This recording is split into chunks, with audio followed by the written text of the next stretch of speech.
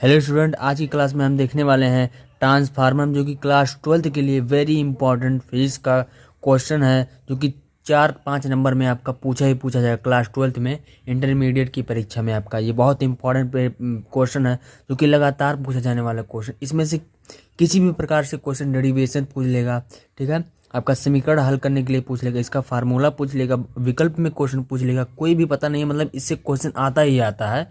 तो आज इसका पूरा सफाया करेंगे ट्रांसफार्मर का, पूरा इसका समीकरण, इसका डेरिवेशन कैसे करना है, इसका फार्मूला कैसे निकालना है, इसका परिभाषा और ये कितने प्रकार के होते हैं, इस वीडियो में पूरा क्लियर कर दिया जाएगा। तो चलिए बिना समय गवाए आपका वीडियो स्टार्ट करते हैं, आपको समझाते हैं। पहले देखते हैं ट्रांसफार्मर कैसे क्वेश्चन पूछा जाता है। सबसे पहले ये देखते हैं। तो आपका पूछा जाएगा, ट्रांसफार्मर की रचना तथा कार्यविधि का वर्णन कीजिए, उसके परिणामन अनुपात का सूत्र लिखिए। यानी ट्रांसफार्मर का एक कार्यविधि लिखिए, उसका रचना कीजिए, उसका चित्र बनाइए और उसके अनुपात का सूत्र लिखिए। तो कैसे लिखेंगे आप इसका आंसर? तो सबसे पहले आपको डाल देना है हेडिंग ट्रांसफार्मर, ठीक है, इंग्लिश में भी डाल देना है, हिंदी में भी डाल देना है। उसके बाद में यहाँ पर आप अंडरलाइन कर दीजिएगा। उसके बाद में क्या करना है स्टूडेंट, आपको लिखना है अन्योन्य प्रेरक के सिद्धांत पर आधारित यह एक ऐसी युक्ति है जिससे प्रत्यावर्ती धारा के विभव को कम अथवा अधिक किया जाता है। ट्रांसफार्मर केवल प्रत्यावर्ती धारा व विभव को ही परिवर्तित करने में काम आता है, दृष्टि धारा या विभव परिवर्तन में नहीं, है ना। इसका मतलब क्या है, इसका पुनः आपको समझा देते हैं। जैसे यहाँ पर लिखा है, अन्योन्य प्रेरण के सिद्धांत पर आधारित एक ऐसी युक्ति है जिससे प्रत्यावर्ती धारा के विभव को कम अथवा अधिक करती है। मतलब एक ऐसी युक्ति होती है प्रेरण सिद्धांत का, उसमें से एक ऐसी युक्ति है जो प्रत्यावर्ती धारा के विभव को कम अथवा ज़्यादा करती है, ठीक है। ट्रांसफार्मर केवल प्रत्यावर्ती धारा के विभव को ही परिवर्तित करने में काम आता है। ट्रांसफार्मर जो है वो केवल प्रत्यावर्ती धारा, ठीक है, प्रत्यावर्ती धारा विभव को ही परिवर्तित करने में काम आता है, न कि कोई और दृष्टि धारा की। मतलब सिर्फ प्रत्यावर्ती धारा में परिवर्तित करने का काम करता है विभव में, दृष्टि धारा या विभव को परिवर्तित में नहीं करता दृष्टि धारा को, है ना। चलिए आगे क्या लिखना है आपको। आगे यहाँ पर आ गया है, दृष्टि धारा कितने प्रकार के होते हैं? तो दृष्टि धारा 2 प्रकार के होते हैं। पहला हमारा ऊंचाई ट्रांसफार्मर, इसको कैसे आप डिफिनेशन लिखेंगे, इसको आपको लिखना है सिंपल से, यह ट्रांसफार्मर प्रत्यावर्ती वोल्टता को बढ़ा देता है किंतु धारा के मन को कम कर देता है। मतलब प्रत्यावर्ती वोल्टता को बढ़ा देता है और धारा को कम कर देता है। काफ़ी आसान था। नेक्स्ट दूसरा हमारा प्रकार है, इसका दूसरा प्रकार है अपचायी ट्रांसफार्मर। इसको चलिए डिफिनेशन समझते हैं।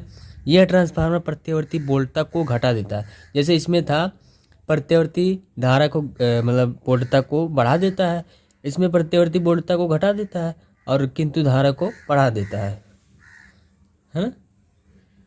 चलिए आगे देखते हैं। आगे यहाँ पर आपको ये सब लिखने के बाद प्रत्यावर्ती क्या है वो लिखना, मतलब ट्रांसफार्मर क्या है लिखना है। उसके बाद में आपको लिखना है ट्रांसफार्मर के प्रकार, फिर आपको एक ये दोनों चित्र बना देना है, ठीक है। ये चित्र नहीं बनाएंगे तो आपको नंबर नहीं मिलेगा।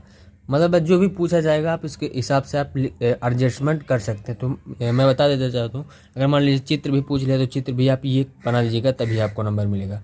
तो चलिए अगला देखते हैं स्टूडेंट। चलिए हम ट्रांसफार्मर की कार्यविधि बताते हैं आपको कि ट्रांसफार्मर कैसे काम करता है। तो आप कार्यविधि हेडिंग डालेंगे और लिखेंगे, जब प्राथमिक कुंडली के सिरे के बीच प्रत्यावर्ती वोल्टता लगाई जाती है तो उस कुंडली में प्रत्यावर्ती धारा का बढ़ने ही लगती है। मतलब जब कुंडली के सिरे में प्रत्यावर्ती वोल्टता जब लगाया जाता है तो उस कुंडली में प्रत्यावर्ती धारा बढ़ने लगती है। यह प्रत्यावर्ती धारा क्रोड के प्रत्यावर्ती चुंबकीय क्षेत्र में उत्पन्न हो जाता है। अतः द्वितीय कुंडली में बद्ध चुंबकीय फ्लक्स में 2 बार परिवर्तित होने लगता है, जिससे उसमें उसी आवृत्ति का प्रेरित विद्युत वाहक बल उत्पन्न हो जाता है। चलिए इसका शॉर्ट में इसका सिद्धांत समझते हैं। सिद्धांत इसमें आपको कैसे लिखना है, मान लीजिए पूछ लिया ट्रांसफार्मर का सिद्धांत लिखिए, तो लिखना पड़ेगा, तभी आपको पूरा नंबर मिले। तो आप हेडिंग डालेंगे सिद्धांत, फिर लिखेंगे आप, माना ट्रांसफार्मर की प्राथमिक कुंडली ना द्वितीय कुंडली में फेरों की संख्या क्रमशः NP व NS दिया गया है। इस प्रकार से आप लिख देंगे। फिर आपको थोड़ा सा 2 स्ट्रक्चर बना लेना है, ताकि आपका जो है नंबर फुल में फुल मिले। फिर आपको इस प्रकार से धारा प्रवाहित करना है और आपको एक कुंडली बना लेना है। कुंडली बनाने के बाद में यहाँ पर लिख देना है एक कुंडली में NP, एक कुंडली में लिख देना है NS। फिर आपको ये जो है ये आपका अपचाई है ना, अपचाई। अब दूसरा देखते हैं। दूसरा आपको कुंडली बना लेना है, वहाँ पर धारा प्रवाहित करना है इस प्रकार से। फिर यहाँ पर पहले कुंडली में लिखना है NS, दूसरे में लिखना है छोटे वाले में NP। ये है उच्चाई, है ना, उच्चाई प्रक्रम। तो चलिए अगला देखते हैं। स्टूडेंट चलिए इसका हम डेरिवेशन समझते हैं, किस प्रकार से आप लिखेंगे और डेरिवेशन इसका किस प्रकार से सॉल्व करेंगे और किस प्रकार से ट्रांसफार्मर का सूत्र प्राप्त करेंगे। चलिए बताते हैं। सबसे पहले यहाँ पर लिखना है आपको, यदि प्राथमिक कुंडली के प्रत्येक से फेरे में बद्ध चुंबकीय फ्लक्स फाई हो तो फैराडे के विद्युत चुंबकीय प्रेरक के सिद्धांत से क्या लिखना है आपको, EP is equal to minus NP d∅dt। पहला समीकरण इसको मान लेना। फिर आपको लिखना है यदि चुंबकीय फ्लक्स में क्षण शून्य हो तो द्वितीय कुंडली में प्रेरित विद्युत वाहक बल। फिर आपको क्या लिखना है, ES is equal to minus NS d∅dt। इसको दूसरा समीकरण मान लेना है। फिर आपको लिखना है समीकरण 2 में समीकरण 1 का भाग देने पर कैसे भाग देंगे आप, लिखेंगे ES/EP is equal to NS/NP। इसको समीकरण 3 मान लेंगे। फिर आपको थोड़ा सा लिखना है, क्या लिखना है, लिखना है यदि प्राथमिक कुंडली का प्रतिरोध नगण्य हो तो प्रेरित EMF EP उसके सिरों के बीच आरोपित प्रत्यावर्ती वोल्टता ठीक है VP के बराबर होगी।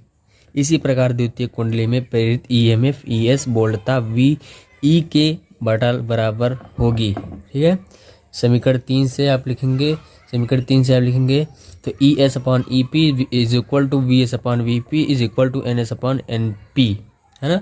तो इस प्रकार से लिखेंगे तो आपको ट्रांसफार्मर में फुल नंबर दिया जाएगा बोर्ड एग्जाम में। ठीक है, तो ये था आज का हमारा टॉपिक ट्रांसफार्मर के ऊपर। अगर आपको समझ में आया हो तो आप वीडियो को एक लाइक करके चैनल को सब्सक्राइब करिए। इसी प्रकार से अगले मज़ेदार टॉपिक के साथ मिलते हैं, तब तक के लिए थैंक यू।